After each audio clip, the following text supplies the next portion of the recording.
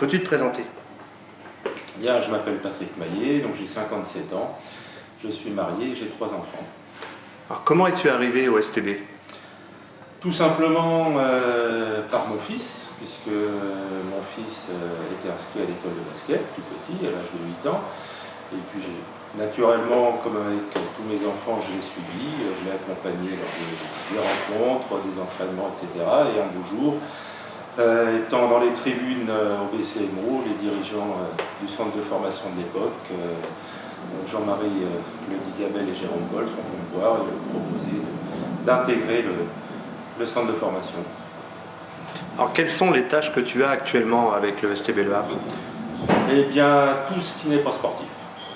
Donc, vous comptez à la fois donc, les aspects administratifs, le scolaire, le suivi médical, donc les examens, l'aspect trésorerie, donc, et puis les relations avec les institutions sportives et politiques. Alors, comment ta famille, ta femme, tes enfants ont vécu cet investissement?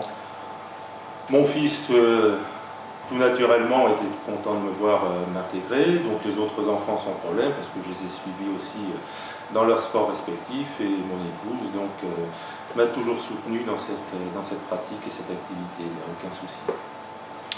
Alors, le STB peut se satisfaire également d'avoir un joli 100% au bac depuis sa création. C'est un aspect qui est très important parce que par rapport à tous les jeunes qui passent par le centre de formation, même si on a eu de très gros résultats à une époque, puisqu'on avait un taux de placement en pro de 22%, la moyenne nationale est plutôt sur 10%, donc les jeunes savent bien qu'ils ne feront pas tous une carrière basket. Donc il faut absolument qu'ils aient un suivi scolaire, donc on assure au jour le jour, et donc pour lequel je fais un bilan hebdomadaire avec eux, ils le savent très bien, donc toutes les semaines. As-tu des meilleurs souvenirs avec le STB? Oui, j'en ai plusieurs. Donc, dès ma première saison, j'ai eu la chance de suivre l'équipe cadet en 2002 lors de sa première inscription en championnat cadet nation. Et cette année-là, donc, nous avons fini invaincus en championnat. On a fait la finale du championnat à Cognac, lors de laquelle donc, on a joué au Stade Montois, avec 2 quarts de supporters du Stade Montois, avec beaucoup de personnes montées sur les échasses, les bandas, etc. Donc une ambiance super géniale. On a eu des difficultés, mais on a fini par vaincre, et donc on a fini champion de France 2e division, et depuis bien, on ne quitte pas la première division et la poule haute dans la majeure partie des cas. Et puis ensuite, bien évidemment, donc les titres de Coupe de France. On s'est déplacé 3 fois à Bercy et on a gagné 2 finales. Donc une première finale pour voir, que l'on a perdu malheureusement, et puis les 2 autres que l'on a gagnées, donc en 2008 et en 2011. Donc là encore, de très bons souvenirs.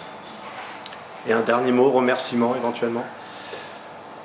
Bien, les remerciements, c'est tous ceux qui nous accompagnent, bien évidemment, les bénévoles qui sont à côté de nous, donc bien évidemment les bénévoles du club, à commencer par Jean-Marie Ledigabel qui m'accompagne dans cette activité, les coachs, donc Jean-Manuel Souza et puis Albanteur qui font un super boulot, et puis les autres bénévoles, Yann Talbot qui accompagne les jeunes dans tous les déplacements, et puis beaucoup d'autres encore, beaucoup d'autres. Ils ne sont pas si nombreux, on a besoin de monde, mais ils sont quand même là, et donc ils assurent beaucoup de choses. Et puis tous les coachs qui nous ont accompagnés depuis, donc Franck Maignan, donc Eric Bartéchelki qui est passé par le centre aussi, donc beaucoup de monde.